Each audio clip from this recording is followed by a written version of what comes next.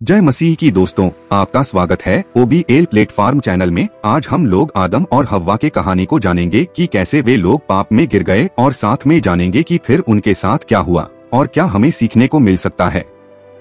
तो आइए शुरू करते हैं। अदन की वाटिका के बीच में दो विशेष वृक्ष थे। एक वृक्ष जीवन का वृक्ष था और दूसरा भले और बुरे का ज्ञान का वृक्ष था। परमेश्वर ने आदम से कहा कि वह केवल भले और बुरे के ज्ञान के वृक्ष के फलों को छोड़कर वाटिका के सभी वृक्षों के फलों को खा सकता है, क्योंकि यदि वह भले और बुरे के ज्ञान का वृक्ष से फल खाएगा तो निश्चय मर जाएगा। सांप, जो कि सारे जानवरों में सबसे धूर्त था, उसने स्त्री से कहा, क्या परमेश्वर ने वास्तव में यह कहा है कि तुम इस वाटिका के किसी भी पेड़ के फल नहीं खाना?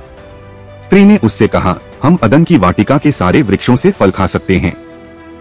परमेश्वर ने हमें केवल भले और बुरे के ज्ञान वृक्ष के फलों को खाने से मना किया है, हम उसे छू भी नहीं सकते, नहीं तो मर जाएंगे। सांप ने स्त्री से कहा, तुम नहीं मरोगे, क्योंकि परमेश्वर जानता है कि जब तुम उस पेड़ का फल खाओगे तो तुम्हारी आंखें खुल जाएगी और तुम परमेश्वर के तुल्य हो जाओगे और तुम्हें भले और बुरे का ज्ञान हो जाएगा। स्त्री ने देखा कि पेड़ का फल खाने में अच्छा था और उस भले और बुरे के बारे में जानने की अभिलाषा भी उठी, इसलिए उसने मना किए हुए फल को खा लिया। उसने फल आदम को भी दिया और उसने भी खाया। उन्हें तुरंत अपने नंगे होने का एहसास हुआ, इसलिए उन्होंने अंजीर के पत्तों को जोड़कर अपने लिए लंगोट बना लिए। इसके बाद दोनों ने परमेश्वर का शब्द सुना जब वह दिन के ठंडे समय में वाटिका में टहल रहा था। वे पेड़ों के पीछे छुप गए। परमेश्वर ने पुकारा, आदम तू कहां पर है? आदम बोला, मैंने आपका आवाज को सुना और मैं भयभीत हो गया क्योंकि मैं नंगा था, इसलिए मैं छिप गया। परमेश्वर ने उससे कहा, तुझे किसने बताया कि तू नंगा है? क्या तूने उस पेड़ के फल को खा लिया है जिसे मैंने खाने से मना किया था? आदम ने उत्तर दिया, जिस स्त्री को आपने मेरे साथ रखा उसने मुझे वह फल दिया और मैंने उसे खा लिया। परमेश्वर ने स्त्री से कहा, तूने यह क्या किया? स्त्री ने कहा, सांप ने मुझे फुसलाया और मैंने खा लिया। परमेश्वर ने सांप से कहा, क्योंकि तूने ये किया है इसलिए तू सब जानवरों से अधिक श्रापित है। तू अपने पेट के बल चला करेगा और अपने जीवन भर धूल चाटा करेगा। तेरे और इस स्त्री के वंश के बीच शत्रुता होगी, वह तेरे सिर को कुचलेगा और तू उसकी एड़ी को डसेगा।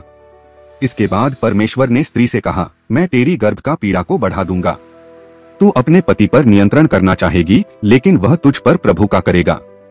इसके बाद परमेश्वर ने आदम से कहा, क्योंकि तूने अपनी पत्नी की सुनकर आज्ञा का उल्लंघन किया, इसलिए भूमि तेरे कारण श्रापित है। तू अपने जीवन भर परिश्रम करेगा और जीवन यापन के लिए भूमि को जोता करेगा। वह तेरे लिए कांटे उपजाएगी और तू उसका अनाज खाया करेगा। तू जब तक मर ना जाए तब तक अपने पसीने की रोटी खाया करेगा। इसके बाद मिट्टी में मिल जाएगा। इसके बाद आदम ने अपनी पत्नी को हव्वा नाम दिया, क्योंकि वह सारी मानव जाति की होने वाली माता थी।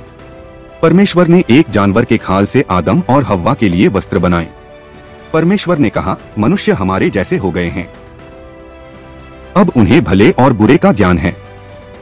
कहीं ऐसा न हो कि वे जीवन के वृक्ष से फल तोड़कर खाएं और अमर हो जाएं। इसीलिए परमेश्वर ने आदम और हव्वा को अदन से बाहर निकाल दिया और भूमि को जोतने के लिए भेज दिया। परमेश्वर ने करूबों को अदन के बाहर पहरा देने के लिए लगा दिया, ताकि आदम और हव्वा फिर से लौट ना सके। परमेश्वर ने एक ज्वालामय तलवार को जीवन के पेड़ की रखवाली करने के लिए नियुक्त कर दिया। इस कहानी से हम लोग 3 बातें मुख्य तौर पर सीख पाते हैं। पहले, परमेश्वर की आज्ञा पालन करना हमारे लिए बहुत ही अनिवार्य है। चाहे सामने कितना बड़ा आकर्षण या प्रलोभन या फिर कुछ क्यों ना हो, परंतु परमेश्वर की आज्ञा पालन करना ही उत्तम है। दूसरी बात, जब हम पाप में गिरते हैं तो पाप को स्वीकार करने के बजाय हम एक दूसरे पर आरोप लगाने लगते हैं। तीसरी बात यह है कि जब परमेश्वर हमारे पापों को दंड देता है तो उसके साथ हमारे जीवन के लिए एक आशा भी देता है। बहुत बहुत धन्यवाद सुनने के लिए। अगर आपको अच्छा लगा है तो लाइक, शेयर और अन्य भाइयों और बहनों के साथ वीडियो को शेयर करें।